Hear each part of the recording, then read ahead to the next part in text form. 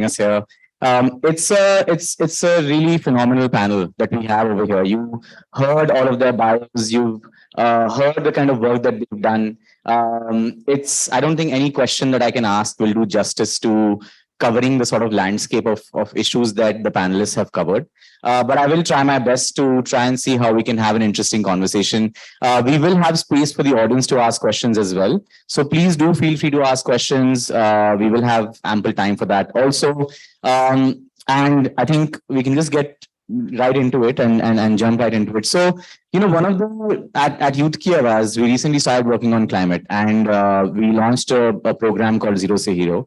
And we actively started having conversations about why we need to understand the need for net zero emissions. And one of the things that we realized very early on is that the landscape of climate is so fragmented that many times there are organizations working on climate change not talking to each other. There are young people interested in climate change, not sure of what is really causing climate change. There are so many issues out there that it sometimes gets a bit confusing. Sometimes it gets a bit overwhelming. We're not really sure where to begin. Do I plant a tree? Do I talk to my government? Like, what am I really doing about climate action and climate change? And I think it really boils down to starting from a point where a young person is much younger, maybe when they're in school, maybe when they're just beginning to learning to appreciate the environment, learning to appreciate and understand issues that are around us, and developing the agency to be able to talk about it, to be able to address it in the best possible manner.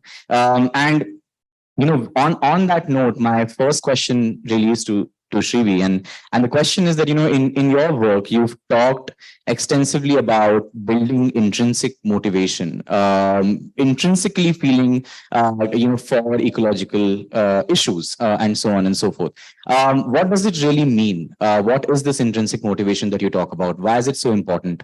Because I think, of course, these are heavy words for a young person, for somebody who's 6, 7, 8, trying to build consciousness. What does it really mean for an institution, for a society like ours, to be able to build that intrinsic motivation in young people? Okay, can you hear me? Yeah.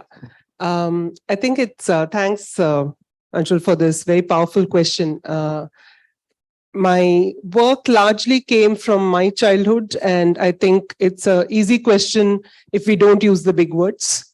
Are you connected with nature? Are you looking at nature, or are you really making friendships with nature, if I would put it like that, right? Our concept of best friends most of the time is human. But for some of us, I think there are best friends who are possibly trees, who are possibly birds, who are animals. And to me, intrinsic is that feeling that you have for something that you love, somebody that you love, and you share it for everything else around you. And I think at that level, it's a very simple sensibility. You become what I tell my students in class, just be about 100% more awake. And there is a real world out there. And it's not only human. There are ants around you, there are cockroaches, there are all kinds of creatures. There are birds that we don't distinguish. We always just think bird, bird, bird. But there are millions of birds that look different, have different colors. So this feeling that springs in you when you see something that's alive, something that's moving, something that's doing something that you can't do. Like every time I'm looking at monkeys, there's a lot in Bangalore where I live, the way they can use their tails. And you say, my God, I just wish I had that tail. And I think that's intrinsic. Somewhere you begin to experience the other also within you. So it's not very difficult. And why I think it's very critical for us to have an intrinsic way of connection, something that's more coming from within, is because otherwise we don't really care about what's going on. It's just words. And it's very easy to learn words, big words like sustainability, climate change, climate crisis. And half the time we don't know what that means. And we can't even imagine the scale of the planet. We can't imagine 5 kilometers, right? Then how do you think about planet and planet in crisis and all of these kinds of things? So for me, it's a very simple sort of action to say, can I see something today? And am I moved by seeing it? And do I want to do something about it? And it can just be a creeper on the wall. And that, I think, is really the most powerful mover for me, because there is everyday inspiration then the moment you start connecting. Thank you so much. And I think maybe a lot of that is also connected to the fact that when we are younger, when we are children, there is inherent curiosity, and it needs to be encouraged, Yes. in many ways. I think I remember I love, I live a lot around plants. My house has 2000 plus plants. I've really begun enjoying gardening, but it happened really late in life. Like I started gardening, I think when I was probably already 27, 28. And I sometimes think what would have happened if I would have started when I was in school, when I was much younger. I remember, there was this environmental sciences period that we used to have in school, which was mostly a free period. Like we were doing absolutely nothing. And with that, I want to come to you, Jigyasa. So you work with children, you work with young adults, you work with adolescents, and you use art as a form of not just expression, but as a way for them to learn more about what's happening around them. And Slam Out Loud is a multi-issue organization. You work across, the board. People express themselves across the board. What prompted you to work in the space of climate, and what are some of the most interesting things that you have seen working with children of that age group? Yeah. Thank you, Anshul. I think about how children express themselves using the arts. And in my years of working at Slam Out Loud, often when children write poetry, when children create plays, when children create artwork, which is about nature, it makes us pause and think of sun, lakes, rivers, mountains, not as natural resources, as scientists call them, but as wonders of nature, as something that children connect with, are curious about. And when children talk about these things, and young adults talk about these things, adolescents talk about these things, we're reminded that these are not items on an Excel sheet. These are things that are real in the world and the universe. And so over the years of watching children write so much about nature, perform about nature, among the various things they perform about, right? When you give children a space to express themselves in ways that are most natural to them, in ways that are most intrinsic to them, they write about stuff that feels important to them. Often when we work with children in classrooms, they become, although they are in majority, they are still marginalized because someone else decides what they need to be taught. Someone else decides the curriculum. We decide their names, we decide their schools, everything. We decide their religions. But when they get that free space to talk about what they want to talk about, they talk about their identity, they talk about their culture, they talk about gender, and they talk about nature, and they talk about climate, and they talk about what's shifting for them. And when we saw those conversations already happening in classrooms, we realized that while children were coming from a place of sometimes being nature positive or looking out at nature, being curious about nature, what is an input that we as an organization could add in classrooms so that these conversations became richer, so that children were no longer just hearing. When we talk about climate action, often the conversation with children is, the world is burning, turn off the tap. And how might that conversation shift to acknowledging and understanding that children have feelings around these subjects, that children look at nature differently, that the skills that they need in a world which is constantly changing because of climate instability are very different from the skills that we're actually building in classrooms. These are skills of adaptability, of critical thinking, being able to communicate. And that's when we brought in a huge angle of climate action into our work with children using the arts. No, thank you so much for that. And I think you mentioned a great example. The world is burning, turn off the tap. And with that, I want to come to you, Kuldeep. You've built an organization that works with young people, encourages them to innovate, encourages them to act, in various ways. One of the narratives that I've often seen in the climate space is that it's already too late. We're already sort of running out of time. How much will individual action really lead to? What will it really lead to? So in your experience, how have you seen young people taking individual action connect with the bigger picture, where that individual action actually leads to more outcomes for the system that we're dealing with? Yeah, I've heard the same thing, Anshul. So first is there is if you look at history, right? all great movements, there's individual action, which then leads to collective action, then leads to political or social action, right? Sometimes it is linear and sometimes it's non-linear, but the base of everything is individual action, because the system is a function of people, and systems change when people change. So I think this narrative that people and system are not interdependent, I think is a very one-sided narrative. And therefore, people being at the center of it and people taking actions actually builds a very unique muscle in you, which connects you with the bigger picture. And let me give you a small example.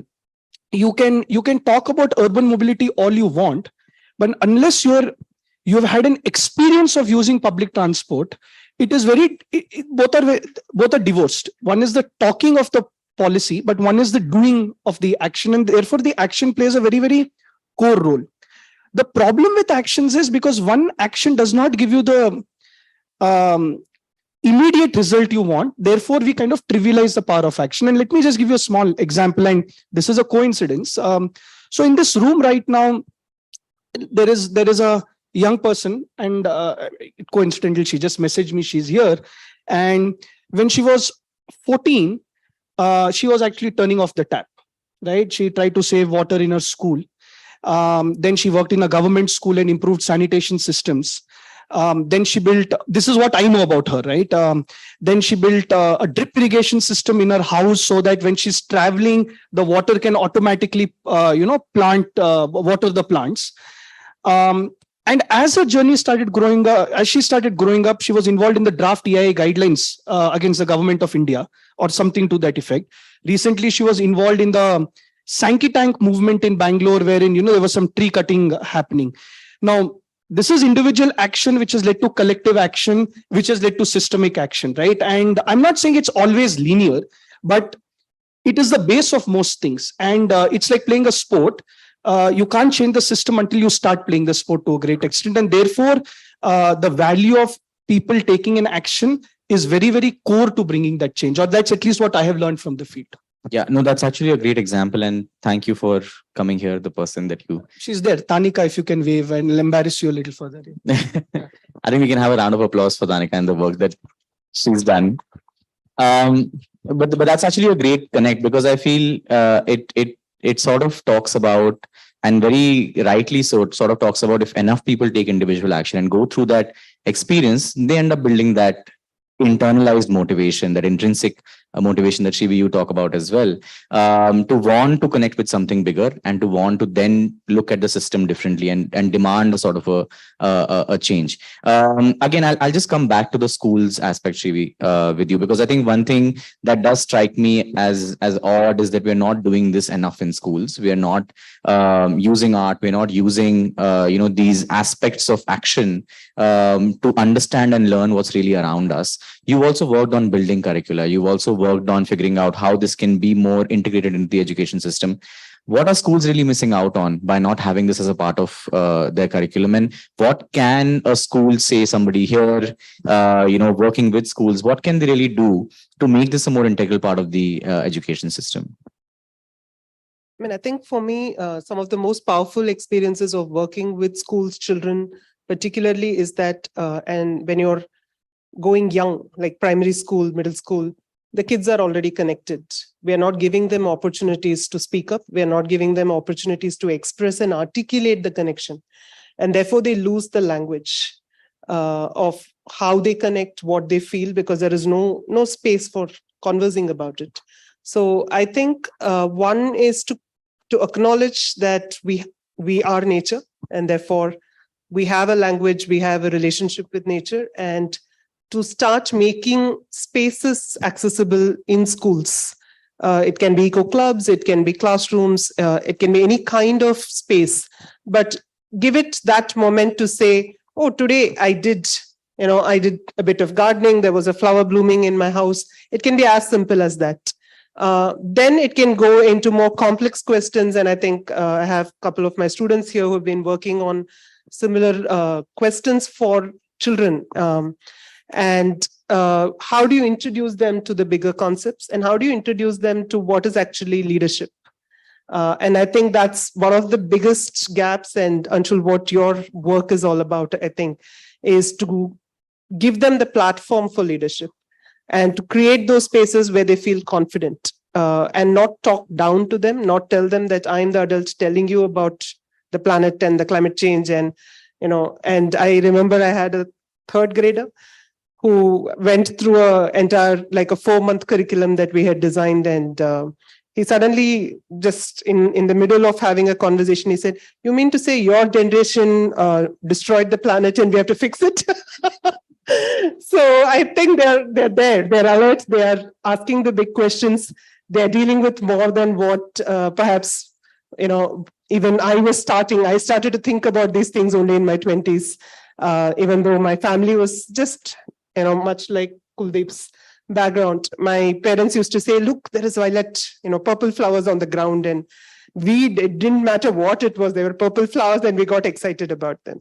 So I think this excitement, creating this feeling of, yes, we are on the planet and there's so much to celebrate and cherish, and not to always say that it's a very devastating sort of time, but to give them happiness, to give them joy, to create opportunities to trek, hike, go and look at the world outside, not to be reading it from books.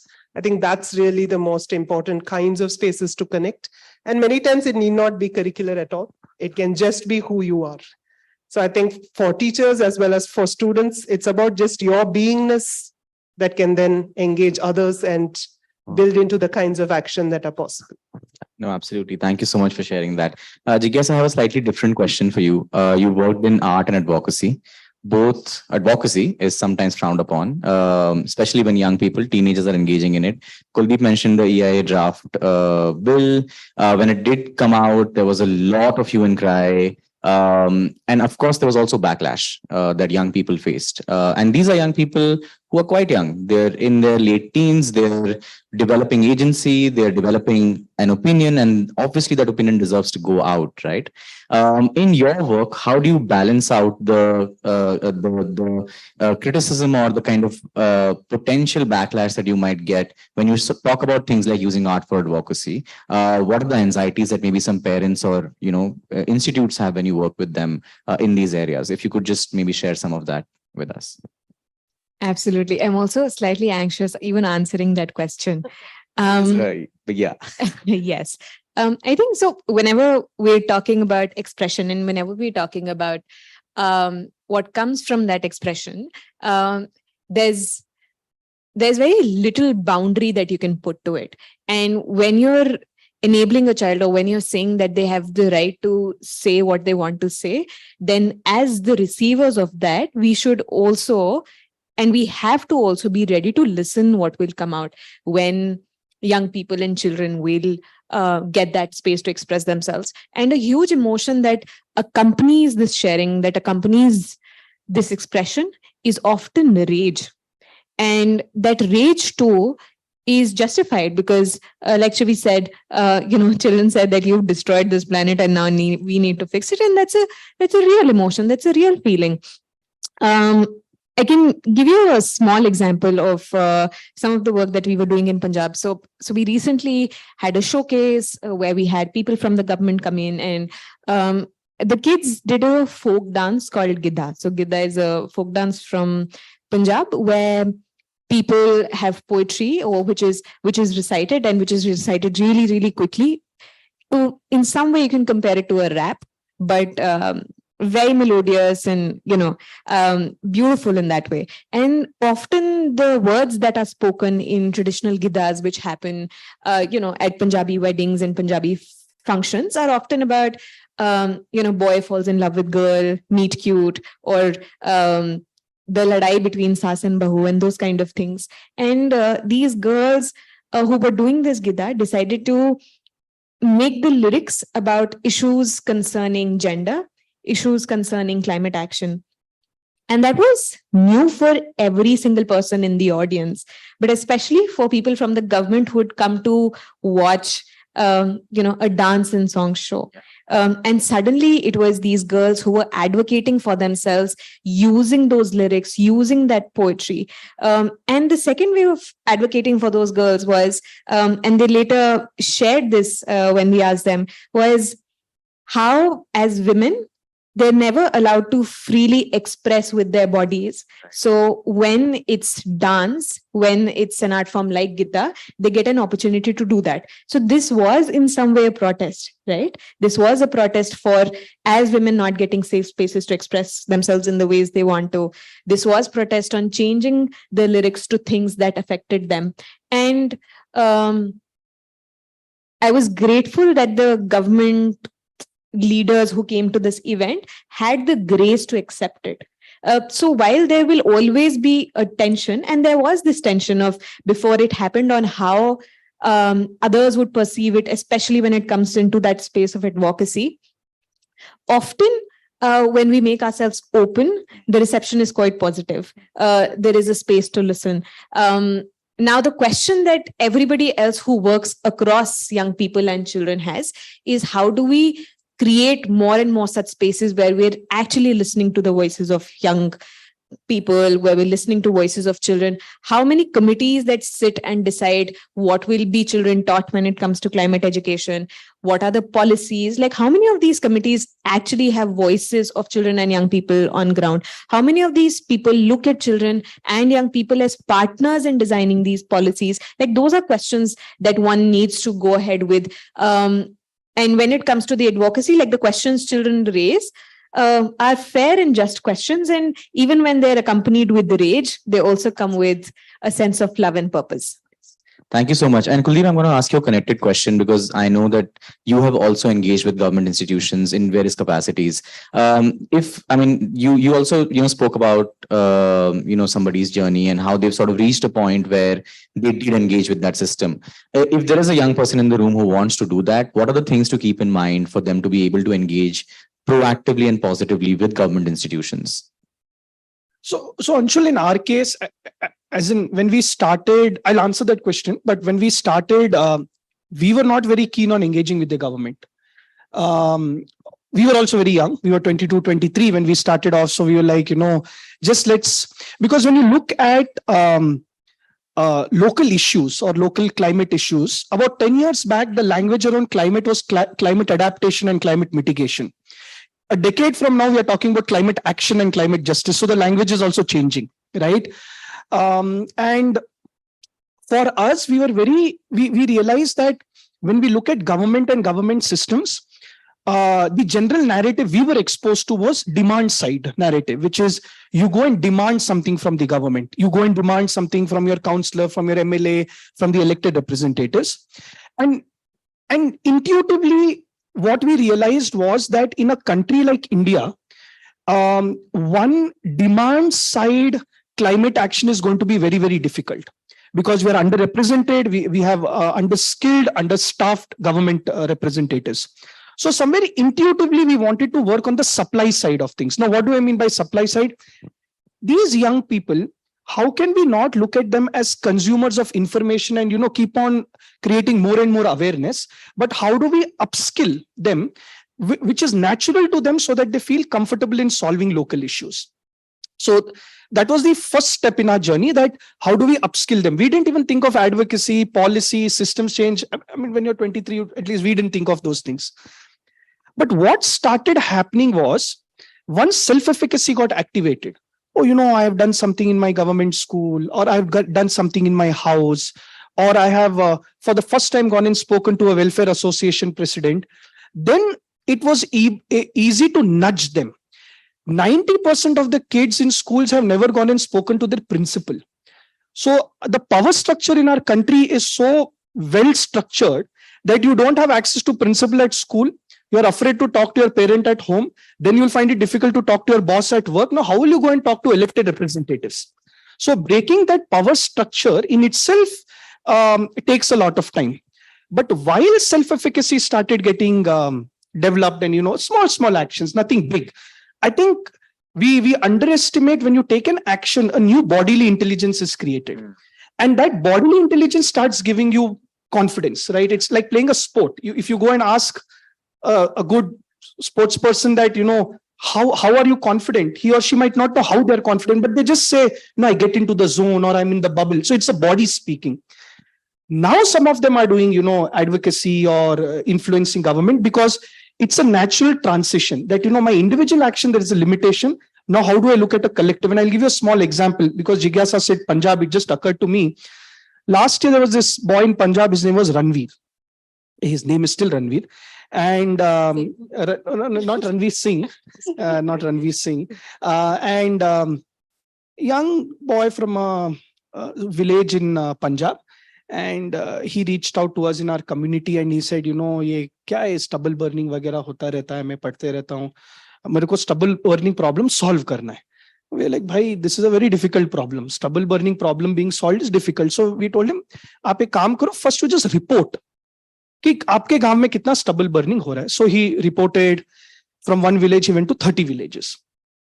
Then I don't know what got excited. And we use a lot of behavioral nudges. So we nudged him. Then he understood some geolocation, geomapping stuff. He mapped 31,000 data points where stubble burning is happening in Punjab. Now, he had no idea, right? No understanding of why stubble burning happens. While he was on this journey, we kept on nudging him. Then he's like, abhi 31,000 data and like people from Punjab are slightly different from people in Karnataka and South, right? Like in the South, the way of questioning is a little bit more inquiry based. In Punjab, it is a little bit more instruction based. Abhi kya karu? You tell me I have these 31,000 data points. He finally took this data and went to the speaker of the Punjab Legislative Assembly. He showed them the data points on a geomap.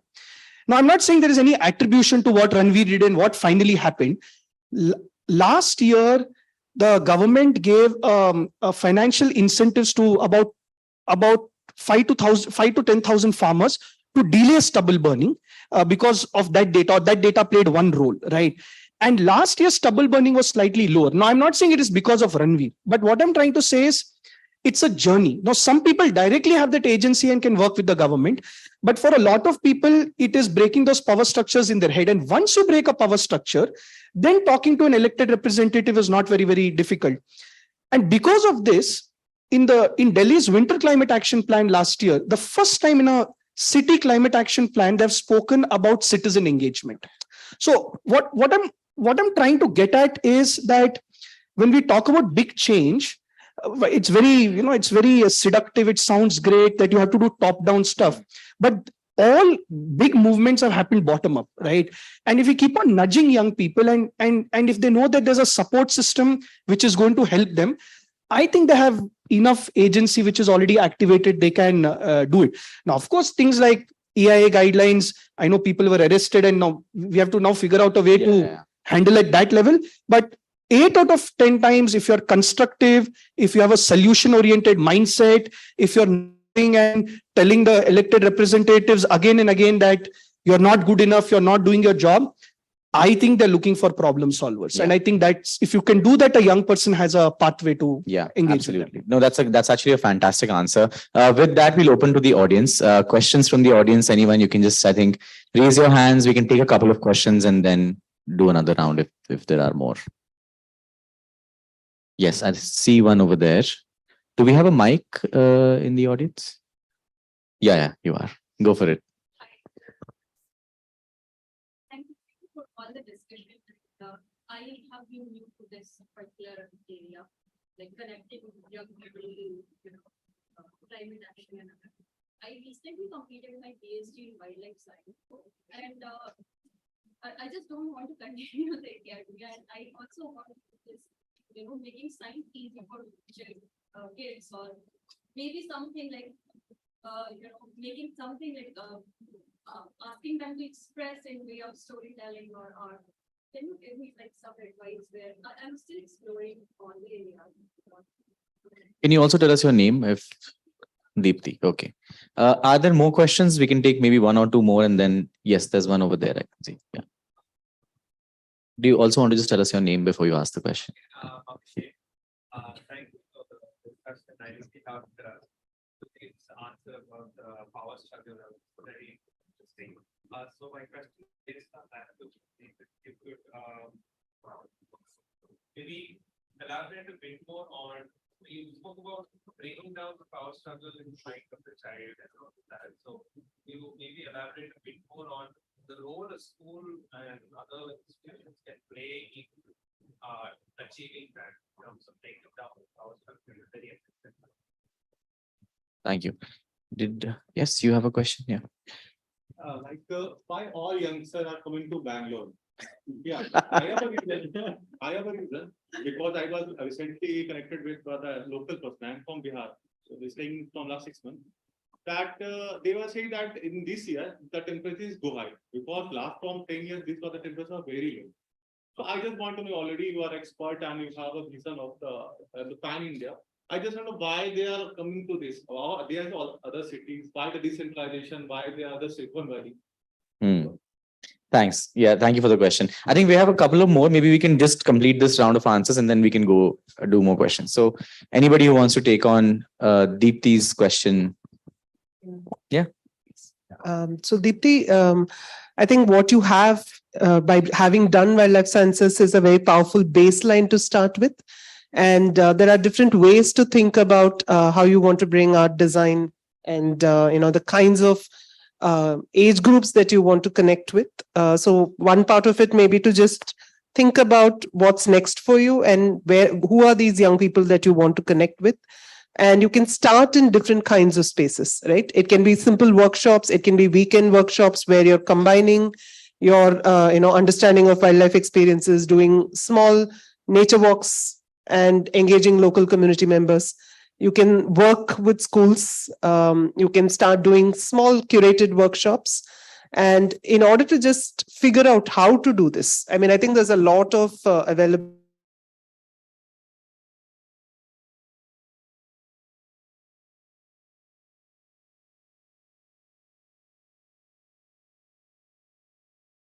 But the point is that if you feel like you already have skills in both, to figure out how you can marry the two with small pilot projects and experiments you can do with young people.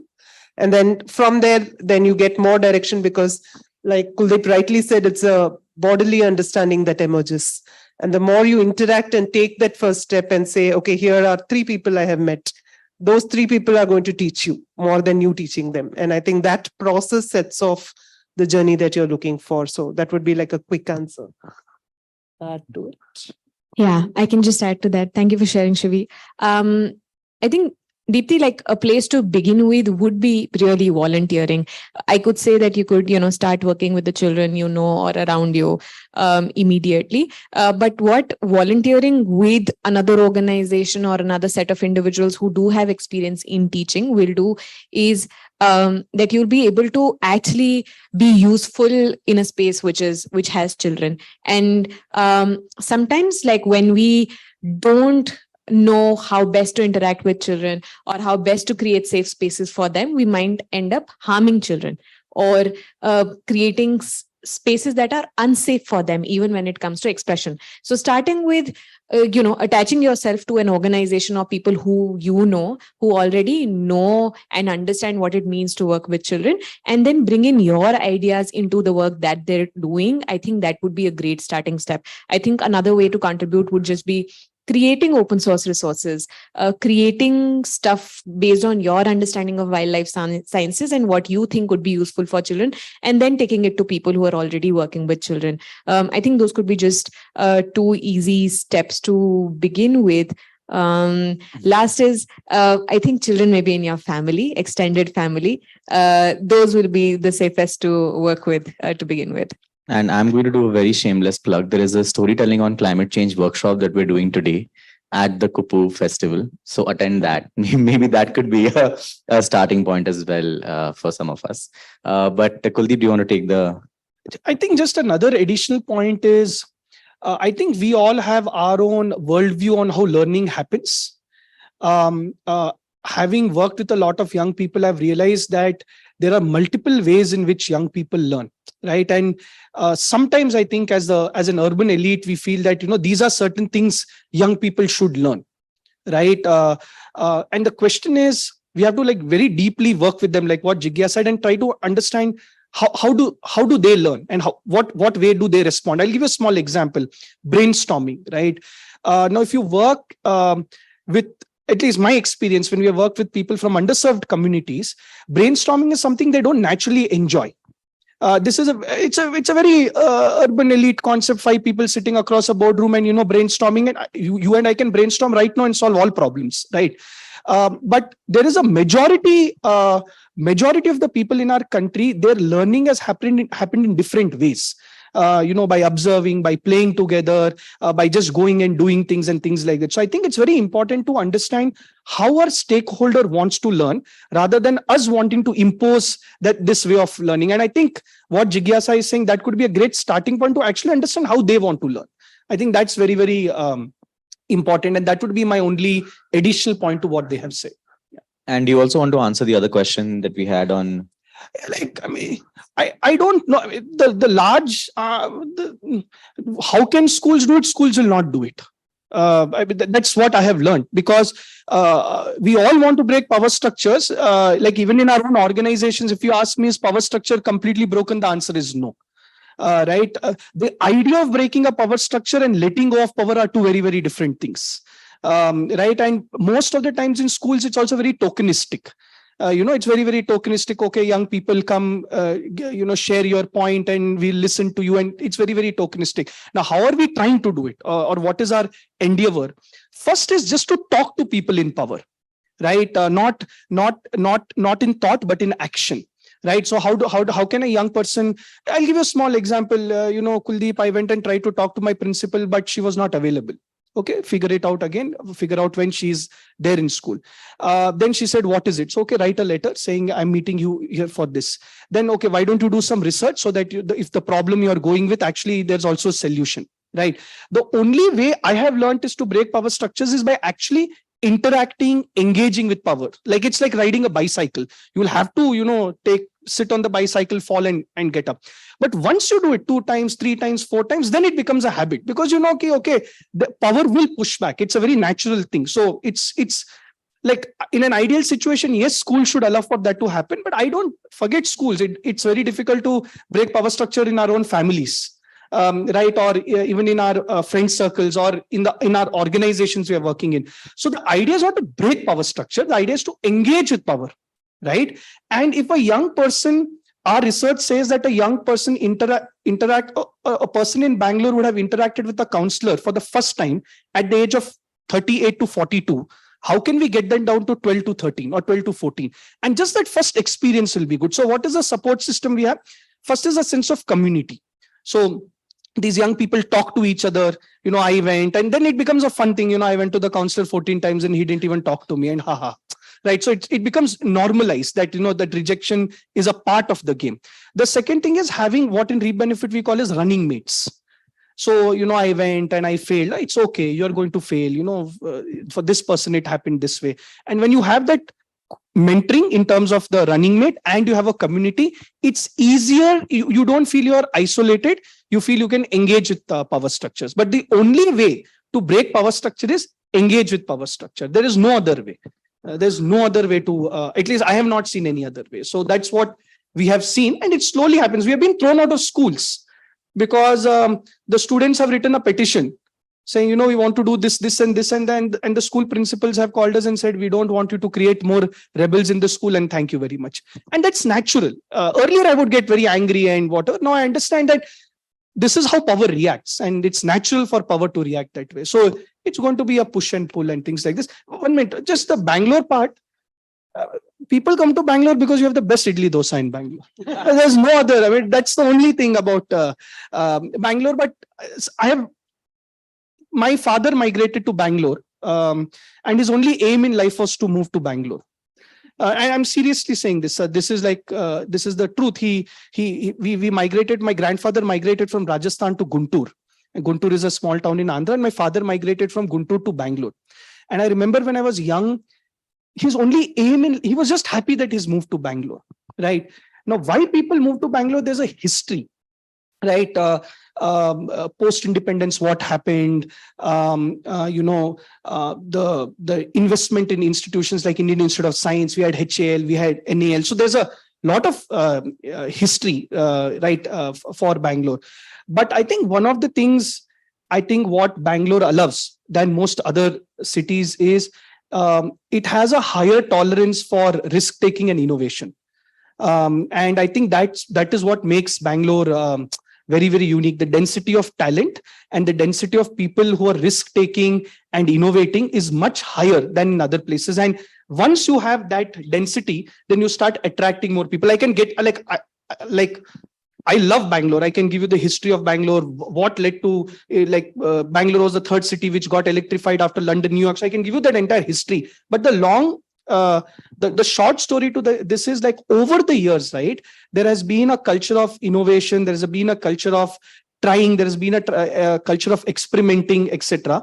And therefore, the density of talent in different forms has gotten attracted here. But also the biggest credit is to the local population of Bangalore. Right, very, very welcoming city. Historically, the local people were in minority here, so they have always been very, very welcoming. And because they were very, very welcoming, it's a very unique city. Bangalore is the only city, if you go to a multiplex, you will have Telugu movie, Tamil movie, Malayalam, Hindi, English, and Kannada all houseful. Name any other city in the country where you'll have 6 languages houseful. So I guess it's just the people and the flavor of people and post-independence what happened, which makes it special. So Kuldeep should become the ambassador of Bangalore. Yeah. I will come to you. I think there are more questions, so we will prioritize them right now. There's one right up front. There's one hand over there. There's another there, and a fourth one there. A fifth one here. I think that we'll maybe just do the last round, and then we are also running out of time. But yes, please. I'll keep it very short. My name is Varun. So fantastic insight. Saturday morning, it cannot get better, right? So my question is, our education system, right? So I have a 5th grader, I have a daughter studying in 5th grade. So still the narrative is an old pattern, right? Your education, climate related thing, or is still considered extracurricular. Right? It is not considered extracurricular, right? So what happens is I've seen my daughter, get excited on a day, I've done something good, but then the momentum is lost, right? So where is that gap, right? What is that we should do differently to make it into more into curriculum side, so that, as all the panelists mentioned, that by the time you're 12, 13 years of age, you actually think of a career track where you are actually doing something different. And my second question is right after this event over, as a parent, what should I do to continue the momentum at home, right? So what would you do? Some quick tips. That's a great question. We can take one. Yes.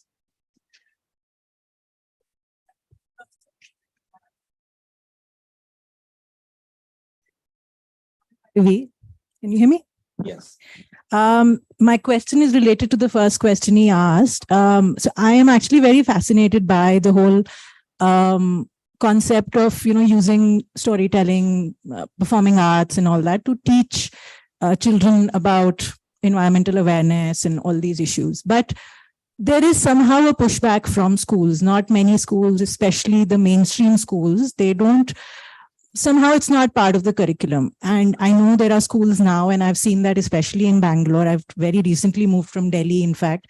It's a very welcoming thing to, see schools here use that medium to teach children, to bring that awareness. But there is still a pushback. It's not like a natural thing for them, right? It's a special period, or it's a special thing that they'll do for a short period of time for a single module. So why is that? What are the challenges? Is it only budgetary constraints? Is it the lack of resources, in teachers, in tools, whatever? Why is that? And secondly, second question is, I also have young children. They're small, they're 8 right now, but by the time they reach middle school or high school, there are tons of options. There are 3 organizations sitting right in front of us. There are thousands of them. There are some children who are driven. There are some children who are just plain passionate and driven and motivated. They have the culture at home that gives them that push, that nudge to participate, and to find their paths in join an organization. But then not all of them are like that, and especially the underprivileged ones. Is there a resource? Is there a database? Is there a way that can make it obvious for them? I believe in the power of numbers. Unless everybody, the whole community, gets up and does something, how do you get that to them? Super. I think we can combine the 2 questions. Maybe they're very similar. There's one question over there at the back. Hi. And I'm so sorry about this, but if you have 2 questions, please ask one. and and we'll give other people the opportunity as well. Yes. Sure, no problem. Hi, I'm Radhika. So my question is more related to the anxiety that I think all of us face around climate change and why a lot of us are also attending this. I just wanted to also, I do have some background in working with children. So I just wanted to understand, in your work, have you come across anxiety around climate change in students? And how do you address it when you do sort of come across it? That's a good question. Yes, we have. I think there was one question here first. If we can take that, yes.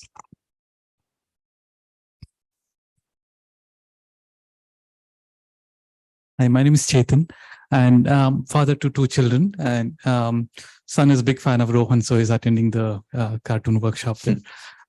So the question also relates to him. During the interactions with him, there is so much rage in him in terms of humans are the reason for destruction of planet. And how much ever I try, I'm not able to convince him that he can take another path of being a solution maker. So he still wants to, or he's still stuck with the idea that the humans should not exist.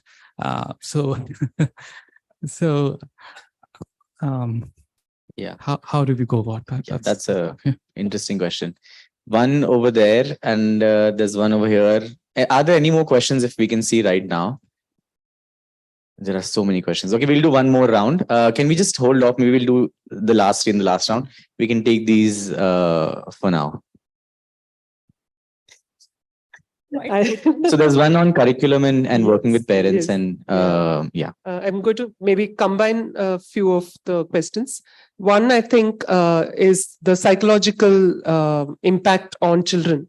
I think is a very big area that is not being substantially talked about, and eco-psychology is a field that's emerging substantially. But a lot of questions that our own students I've interacted with.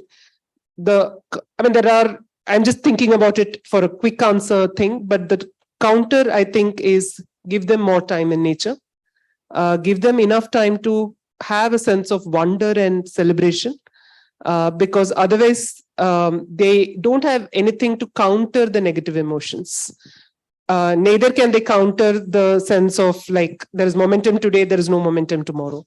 So I think this number of touch points that they have, like, is it going to be every day some small thing that they can see, talk about, build a language, and then to again give positive narratives of the kind of work humans have been doing, and not only be looking at. That's why I keep saying, don't tell them only the devastating stories, or that this is the end of the planet. And there are beautiful projects out there that many people are doing, looking at documenting the lives of people who have worked for nature. There are documentaries available, there are children's books available. So there's a little bit of hunting to do. And I think perhaps we have to collaborate to say, how can we make these resources accessible to larger communities, but give them a lot of the other. And then I think they naturally build the voice to counter, and a healthier voice to counter. So that's one thing. Why does it not happen in education? I think a lot has changed from a time when EVS was not there in the curriculum, and we're talking about the 70s, 80s, when the idea of EVS has to be in the curriculum. Now we are saying there is EVS in the curriculum, but it's not being taught well, right?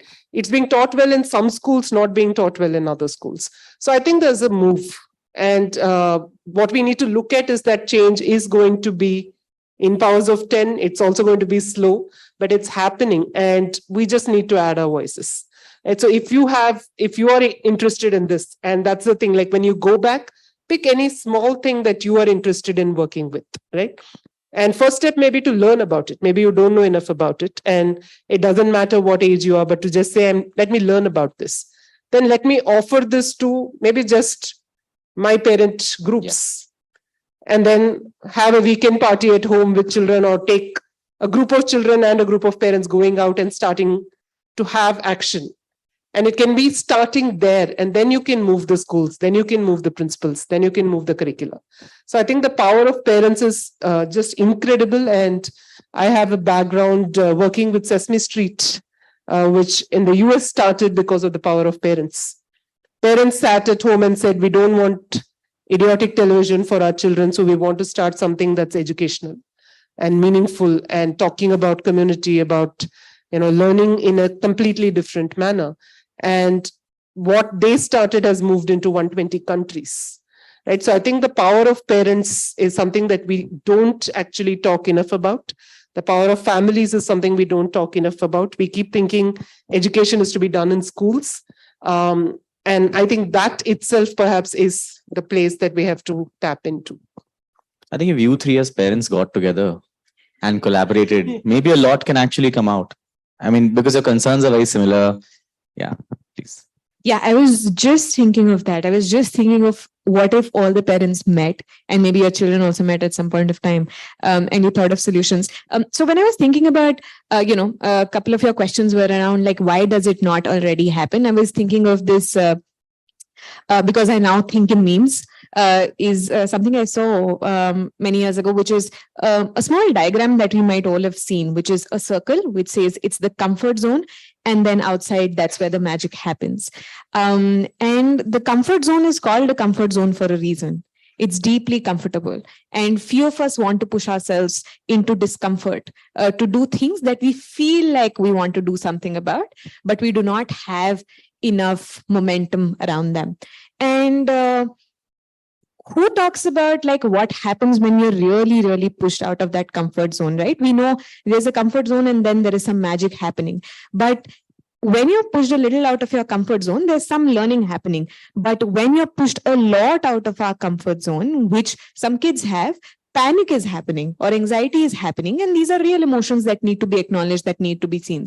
So when we talk about schooling systems, then even getting to a stage of like, an EVS class might be important, has been some pushing out of the comfort zone. And we have a long way to go in terms of like, how can that pushing be enough for it to cause learning, but not cause panic?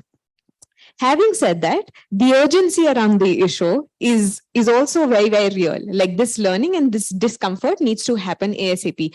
One very quick example that I can give from our work is about the arts period also. And we work mostly with underserved children, which is in government schools. There's an art period that exists once a week for every child who goes to government schools across India. Now, what happens in this art period? It's mostly about, here's this glass, everybody now draw this glass. And what could have potentially been a space where children would express, talk about things that are important to them, talk about issues they face, talk about their own voice, has become about drawing this glass. And what our imperative is, how might we bring in conversations about children's, for example, children's anxiety around climate action, for example, children's own connection to nature, children's understanding of what does it mean to be nature positive, what does it mean to see your local ecology. Like these are spaces where those conversations can be brought in. I think as parents, what's a role that we can play is creating that safe space for our children to express both creatively and in decisions that we take for home. So for example, when you're buying a fridge, as a parent at home, how many of us are including the children in that conversation on how does it impact the environment and what fridge should we be choosing? Are we including children in those conversations?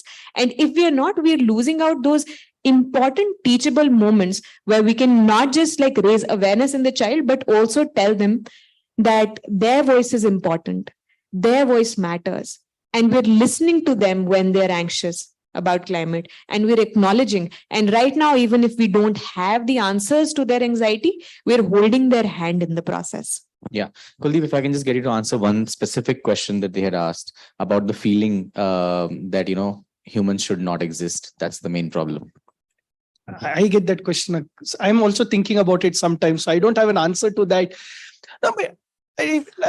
My only immediate response is the good sign is he's thinking, right? That in itself shows that there's a thinking mind here, right? He's thinking, he's questioning. Maybe what he's thinking and questioning might not be palatable for us or for you in this case, but I think the good sign is his thinking, his questioning, and that spirit should be alive. And the spirit of questioning and the type of question will change. But if the spirit is alive, that's very, very important. The only, from my vantage point, what I would request is that we sometimes think that words, conversations, debates, I mean, there's enough information which says knowledge does not necessarily change people's attitude and beliefs. So my only request, and to someone like you, would be that probably engage and involve him in different experiences, because here is a thinking mind, right? And that's one, here is a curious mind. So probably involve him in different experiences, and that going to different experiences will again, inform his body and mind. That would be my only suggestion. So I would say don't get too worried, and it's not on you to convince him, right? The ecosystem would do that. So I would just say take him to different experiences, or allow him to explore and see different bubbles. And once he gets into different bubbles, he'll realize, okay, this is one bubble I'm operating in, and there are multiple bubbles, and that in itself changes perspective and thinking and things like that.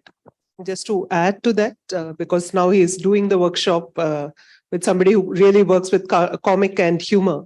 I think it might be just great idea for him to do an entire graphic novel of what's feeling, but to bring humor in, and just that bringing humor in can temper the level of stress, or it's okay. He can, express that anger. Like I've had many students who need to create substantially to express that anger and the sense of desolation that they feel, and just create a safe space. Don't judge him for it, like he rightly said, and let it be, because it's going to be a phase, and give him the counters, allow the conversations to happen, to say, okay, if you're feeling this, then how is it different from, and, build 3 other such conversations. Or how can you think differently can happen later, but right now he needs to express, and he needs to express the emotion that he's feeling. So that comic expression can be an excellent sort of mode in which he can develop the language for what he's feeling. Yeah, absolutely. And just to add to that as well, I think we've seen this a lot in, with what you said and the anxiety question that you asked, that I think it's a matter of expression. It's in many cases, it builds up because there is no avenue for it to get out. Once it starts going out, I mean, we've seen on Youth Ki Awaaz, so many people write about eco-anxiety, about job loss, about so much more, having to migrate, what it's leading to, and so on and so forth. But we've seen that the more these conversations happen, the more common platforms emerge, the more it also diffuses, the more solutions come out, of opportunities like that. We ended up organizing a whole series of events called Policy Par Charcha, where we got young bureaucrats who are working on climate change to engage with young people. And I think that in itself gave confidence of, okay, something is happening, work is going on. We're not looking at it in a one-dimensional manner, that nothing is going on, nothing is happening, there's no outcome. So I think the more expression happens, the more engagement happens, the more that anxiety also tapers down, if not goes away completely. And some of it is true. Jobs are being lost because of climate. People are having to migrate. So we also do need that approach to finding solutions to these problems more proactively as well. We are very short of time. I think we have 4 minutes to go. Rachita is already like, no, don't take questions. I cannot promise answers to all. And I'm going to tell the panelists also that you're going to keep it really tight. There's one question there. One over here. Is there still a question over here? Okay. So cool. So we have 2 questions, one over there and one over here. Is yours also answered? You're waiting. Okay. So we'll take that one first. Yeah. Okay. I'm audible. Okay. Myself, Prasad Selva. I'm a PhD scholar from Pondicherry University. I'm basically working in the area of environmental psychology, nature connection, and behavior. So I have done a lot of literature studies. I have done interviews with environmentalists across the country. From that, I'm getting a lot of confusions. I'm getting into a too extreme mode, so that I have so many questions to ask. But due to lack of time, I will sort them, collapse them into one. Yeah. So I'm looking at 2 groups, like a person who is so much knowledgeable about environment, climate change, and everything, and the person who is having lack of knowledge. So there's a contradiction between these 2, because a person who has no knowledge will not take any kind of action. A person who has so much knowledge about environment problems, he knows that nothing can be done. So he's hesitating himself to get into it. So nothing is there. So this is one group. Second group is a group of environmentalists who want to work for the environment, and that is a group called vegan environmentalists. I can differentiate them into vegan and non-vegan environmentalists. Can These you come two to the groups. question? I'm so sorry, but I just want to make sure So that I'm getting into this kind of two extremes where I couldn't do anything. So being a research scholar, I don't know how to proceed with this, because everything comes into I need a solution for this. That's what I wanted to ask the panelists, where they were talking about this Bangalore thing also. There's something called place attachment. A person who is native to the place, he will have so much attachment to the results of that place. Then he will take some kind of action to save the resources there. But when a person moves from that place to Bangalore, the kind of place attachment is lacking. So is your question that how do you create the right balance between the two, between the two because ends? all these groups, Okay. This is increasing nowadays. Got it. There's one question here. Yes. Yes. So the question is very simple that we are talking about the growth, and not we are talking about, I mean, we are seeing the growth is happening, and we all everyone is learning, even the kids are also getting towards that bigger standard of living because urbanization is happening. So what we are doing or what we should do change the definition of better living. Okay. Got it. That's a good question. Anybody who wants to take either of those, how do you create a common ground between? When I say better living, I'm talking about the environment. Yes. About the climate change. Got it. Yes. Thank you so much. So how do you create a common ground? How do you aspire for better living? I'll try to be as quick as possible. In terms of the psychology questions, there are going to be multiple groups and extremes. And I think it would be interesting to look at action work that, like for instance, Joanna Macy has been doing very interesting work on how do you bring people together when there is paralysis. You cannot act because there's too much, or you have grief, and you have grief for the environment, and how do you work with that level of paralysis that comes from grief. So one is to really understand and interpret the kind of psychologies that are emerging, and to look at I'm going to very simply say a tip is to work in a circle, to have conversations and listening, because I think most of the time people are not talking enough about it and they don't have communities to talk in. And I think out of that, from moving from the individual to having a conversation to building a community to getting towards action, which is something all of us have sort of spoken about, that stays true. So that is how I would think about it. And in terms of one is a big loss in language. We've lost languages that are related to nature and what we call as better living. And I think in some ways, simply going back to older languages, going back to native languages, we find that it is there. The culture already looks at how do you think about equality, justice, climate justice. All of this is very naturally there in many of intrinsic Indian concepts, like dharma as a concept has that, right? And any of the native, whether you look at it from religion or you look at it from cultural sort of knowledge systems, you find that this exists, but we have forgotten. So somewhere it's about, again, actively making a conversation and saying, what do we mean by growth and development? How do we want to define it? And if nature is not a part of that conversation, is it really development? To do the anti sort of conversations in order to develop the language for what it is. And I think there are countries, again, which are spending more on nature development rather than on warfare. I think these are the kinds of examples that we need to look at in order to build the knowledge and then to build the language. So I would put for both a great emphasis on language building, again, as a clear exercise, and listening and conversation as most simple actions, but critical actions. Thank you so much. Do you want to add, either of you? And I will also just request that if you can also maybe give a call to action to the audience, after which we can just wrap up the panel, please. Okay. I think I can answer both the questions with something that I've heard from someone else that I deeply believe in. F. Scott Fitzgerald once said that the ability of the highest intelligence is to have two opposing ideas in your mind at the same time and still retain the ability to function. So the world will never, be devoid of dichotomies. Like we will always have to work in a creative tension. We have indigenous knowledge, since you also talked about your attachment to the place. We have indigenous knowledge that has put forward a lot of steps to living a better life. And how many of us are able to go back to them and work according to them, really evaluate our own needs in the process? And so, like, stay with the question, stay with the problem, stay with that creative tension, and look out for the indigenous practices that show the way. Just very quickly, I think apart from what they have said, to change the definition, I think also there'll have to be a cultural movement which is political, right?